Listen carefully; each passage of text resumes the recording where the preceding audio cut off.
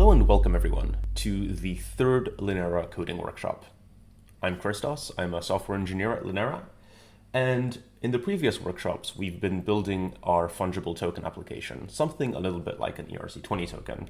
If you haven't seen the previous videos, you should probably go check them out. The link should be in the description. Also, if you want to follow along, there should be a link to a GitHub repository with all the code that we're working on.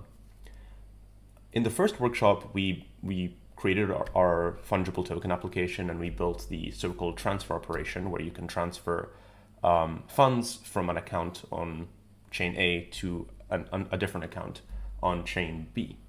However, we don't currently have a mechanism to withdraw funds or claim funds, that is, funds that we own on a different chain to bring them onto our own chain.